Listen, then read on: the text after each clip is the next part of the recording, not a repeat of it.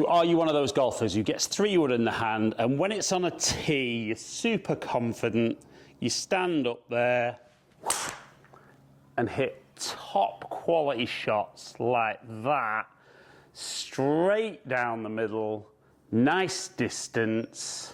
So we get lulled into that false sense of security that we've hit that good tee shot and we're not confident with driver, that's why you're using 3-wood. You get it out off the ground and all of a sudden, you top it. Or maybe you fat it, maybe you slice it with a good contact. So the difference between 3-wood on the tee and 3-wood on the ground for most golfers is chalk and cheese. So I want you to understand from today's video what's actually causing you to hit the ball so well on the tee and yet absolutely killing you when the ball's on the ground. So let's have a look at that opening shot that I hit. And it's a great shot, right down the middle and good distance. But what we notice there is the low point of the golf swing is behind the golf ball, therefore the club is moving up slightly at impact. Now that's great when the ball's up in the air on the tee, but when the ball's on the ground, it's going to make it incredibly hard to get that good strike on the ball. And I'll show you why. So when you stand and look at the golf swing face on, the club's moving around your body in a circular motion. So the club's moving up, it's moving down, reaches its low point and then moves back up. But every good shot with your irons that you're hitting on the ground, the low point's ahead, so the club's traveling down. Hence why people talk about hitting down on the ball. Now that first shot I hit though, the low point was about an inch behind, so the club's actually traveling up by the time it hits the ball. Now this is where it becomes difficult for golfers, so that if my low point's behind and I hit the ground at that low point, or technically the low point will be the deepest part of the divot, if you're going to take a divot and your deepest part is here, you're going to hit the ground back here. Now loads of golfers won't hit 6 inches behind because the ball goes nowhere, but they'll miss the ground, the club will travel back up, at best hit the equator, maybe even hit the top of the golf ball. So the first thing we're going to change, I'm going to change this for when the ball's on the ground or on the tee. We're going to move the ball position a little bit further towards the centre, but slightly forward of centre, and we're going to have that pressure a little bit more on that front foot.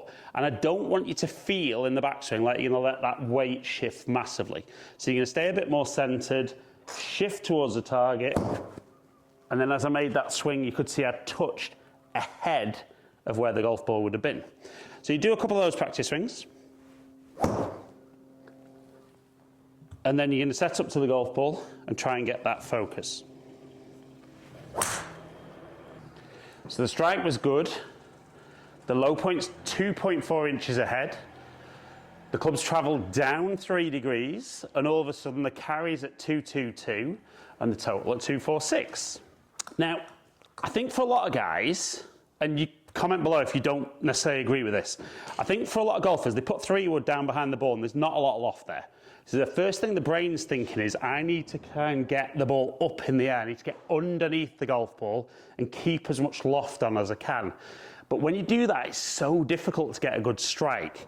But actually, the roll and bulge on the metal wood means that the higher up the face you can strike it, the more loft there is. And silly as it sounds, by actually getting more into that position at impact, you're going to hit higher up the face. Whereas when we're back here, at best you're going to hit it off the bottom of the club, which where there's no loft. And definitely for me growing up, this would have been how I'd have hit 3-wood.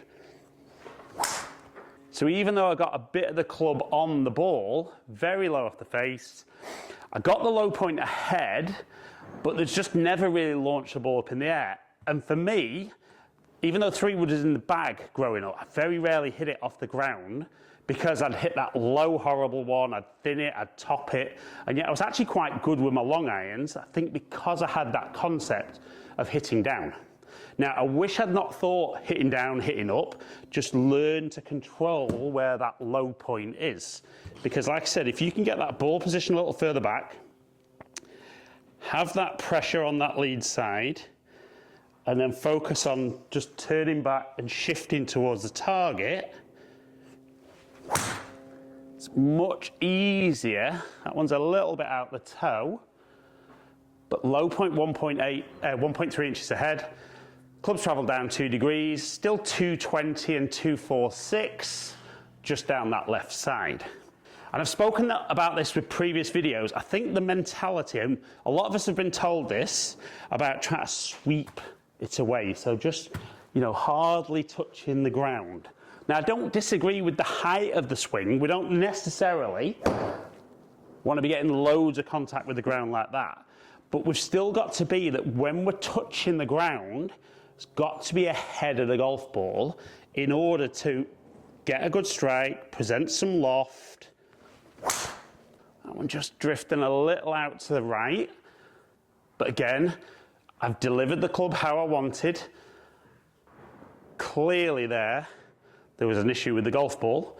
But for me, it's all about, we talk about scoring clubs being wedges, putter. If you're a mid to high handicapper who isn't necessarily the longest, so these distances might not be relevant for you, but your 3-wood or your 5-wood from the ground is a scoring club because you're using it on every single hole. And if, having got the tee shot away, you can't get good contact and you don't know where the ball's going, so there is no distance and there is no accuracy, the only thing it does for your scoring is absolutely kills your scoring. So always have those little practice swings, feeling that you're going to start touching the ground a little bit ahead of the golf ball. And then you can set up, get that feeling. And even though that one, I probably just missed the ground, low points ahead, clubs travel down, it's very accurate, and the distance is okay, but one that wasn't a fantastic strike. So, remember, I've got no problem if you said that I still want to tee it up, want to do my normal swing. If the low point's a little bit behind, I think you can still hit great shots when the ball's up in the air. The only little danger can be if you've suddenly got kind of 2 different swings with your fairway wood, it's so easy to kind of get that low point behind again when the ball's on the ground, and it's going to lead to all those bad shots. Now, the thing is, if I were to get my low point ahead when it's on the tee, I'm still going to hit the ball well. I'm still going to get good shots. We can see that one there, very playable. But the only thing you might find with that normal tee height, like that one there, a bit high off the face, and therefore it costs you a bit of distance. So you might start teeing it down a bit lower. But remember, whether you're hitting 3-wood or 5-wood from the ground or off the tee, we want to make sure that that lowest point of that golf swing is slightly ahead of the ball. And we're going to do that by getting the ball positioned a bit more central, having a bit more pressure on that lead leg.